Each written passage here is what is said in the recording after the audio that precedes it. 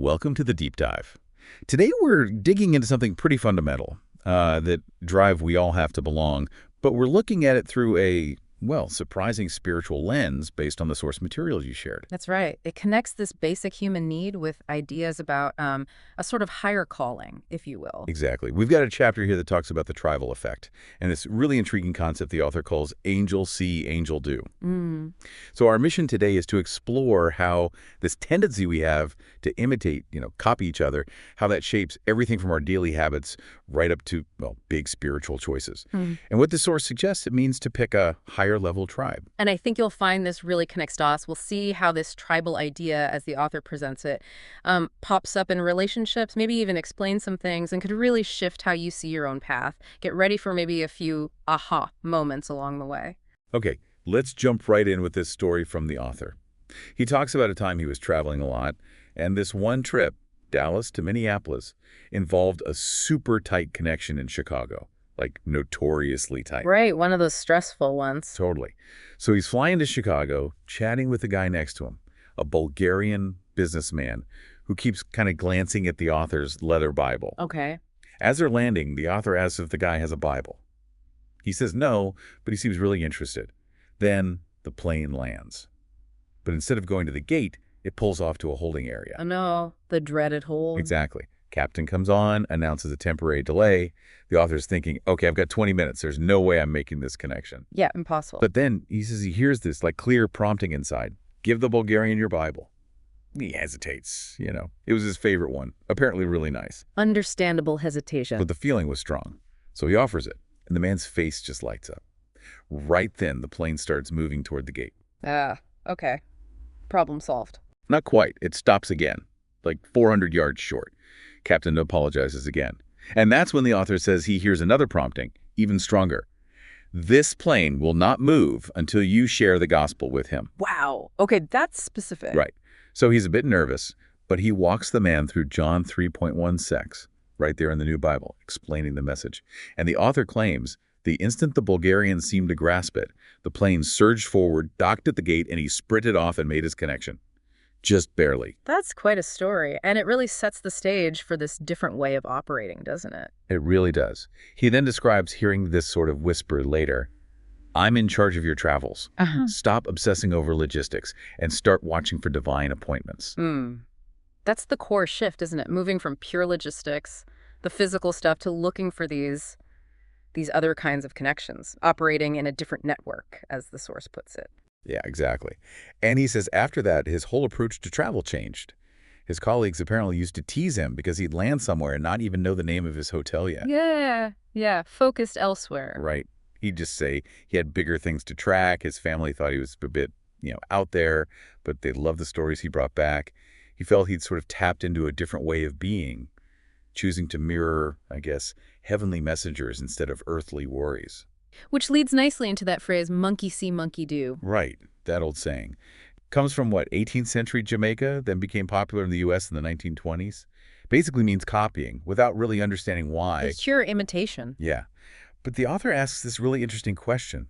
Why do we tend to copy the lowest common denominator? Why don't we aim higher? Why isn't the saying, angel see, angel do?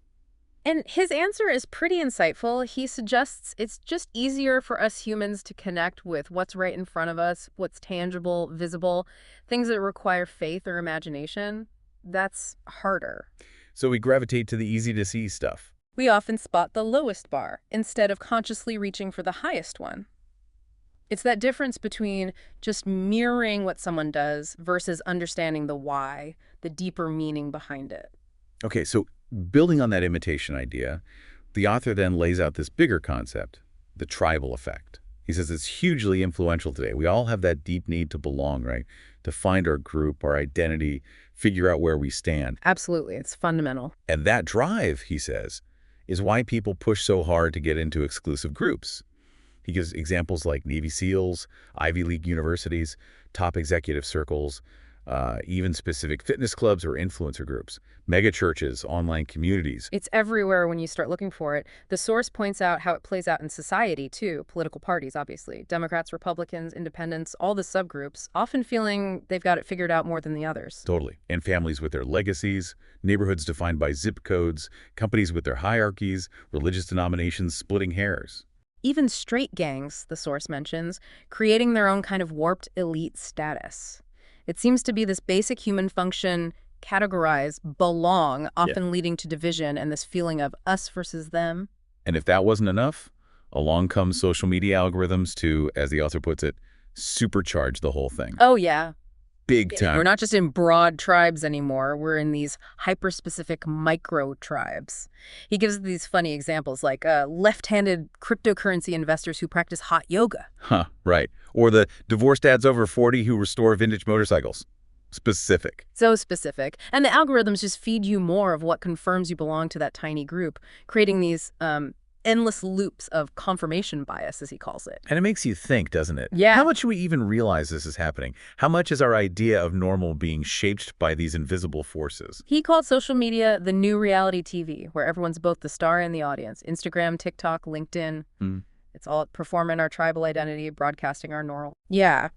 And while he does say, look, this has helped people find communities, especially for marginalized groups, which is good. Right. There's an upside. But the downside is this massive fragmentation. It's harder to find common ground.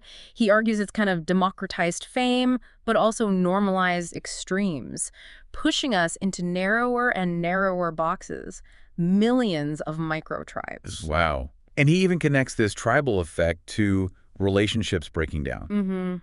This part is really interesting. He suggests that when people say they're growing apart, it's often because they're actually migrating to different tribes, consciously or not. Yeah. He does these translations. We're just going in different directions. That means different tribes. Yeah. I need to find myself. Yeah. Means I'm looking for my real tribe. We become different people. Our tribes are incompatible now. It puts a different spin on those common phrases. Totally. I've been living a lie. Becomes I wasn't in my true tribe. And we want different things now. It means our tribes have different values. It really makes you pause and rethink those breakups. It does. And social media, he argues, just pours fuel on that fire.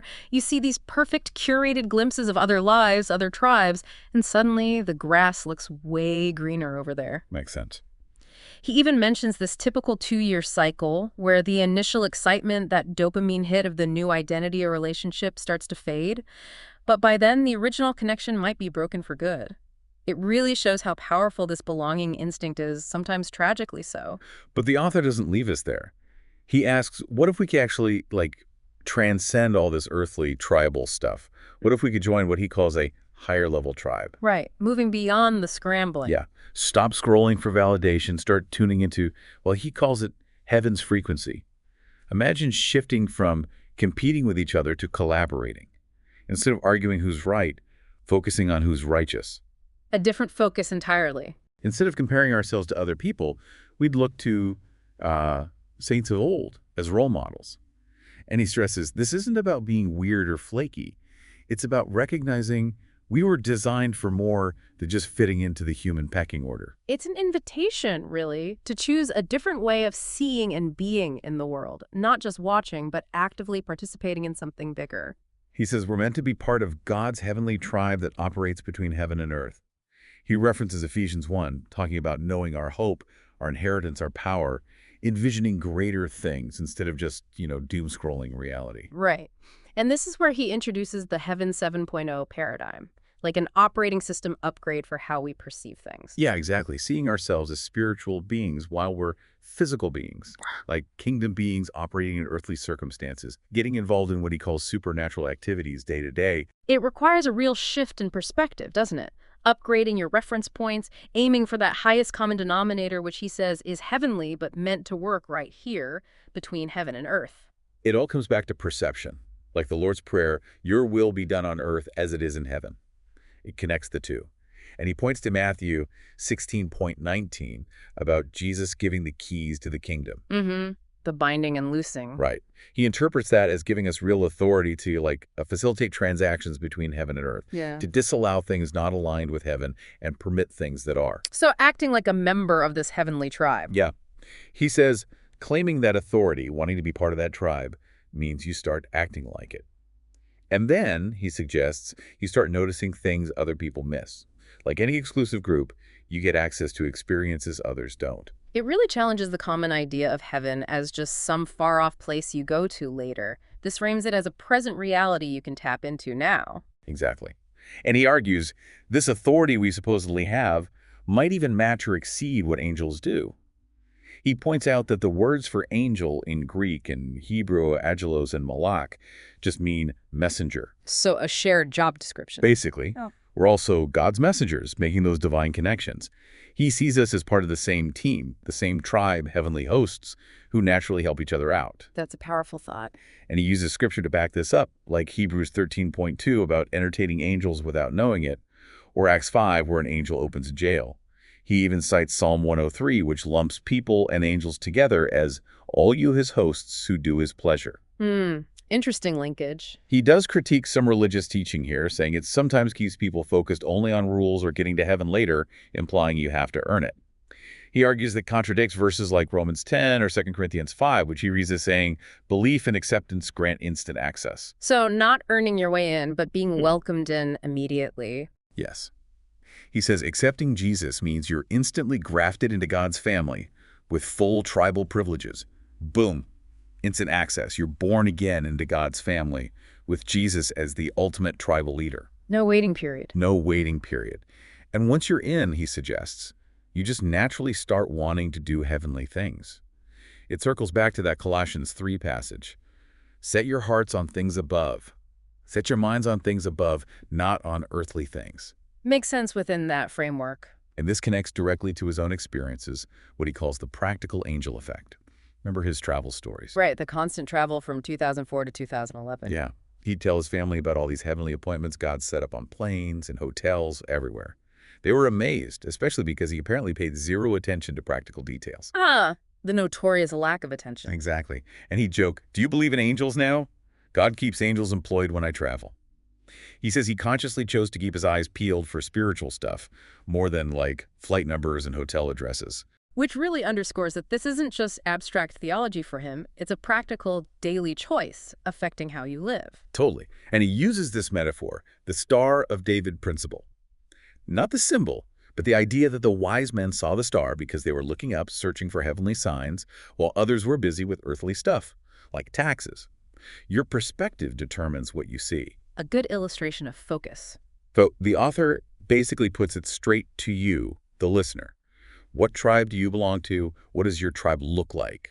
Sound like? What do they talk about? A direct challenge. Are you in that earthly tribe, the one he describes as always competing, comparing, scrolling for validation? Or are you choosing the heavenly tribe, the one collaborating with angels, making divine connections? The choice is yours, he says. Right. You can't get to angel-level thinking, as he calls it, if you're stuck in monkey-level behavior. Angel see, angel do isn't just a catchy phrase. It's, in his view, an invitation to join the highest tribe there is. It's a compelling framework, offering a different way to navigate the world. Well, this deep dive really highlighted the author's perspective on the power of choosing your tribe and how huge an impact that choice can have on, well, everything, how you see things, how you experience reality. This Heaven 7.0 idea is presented as a whole new way to live. It absolutely is. And it leaves us with a potent question to mull over, doesn't it? It's not just what tribe you find yourself in, but maybe more importantly, how does that tribe encourage you to perceive and interact with the world around you? As the source asks, essentially. Are you looking down, focused only on the earthly, or are you looking up, open to something more? A powerful thought indeed. Thanks for joining us on the Deep Dive today. We hope exploring these ideas gives you something meaningful to consider and perhaps apply in your own life.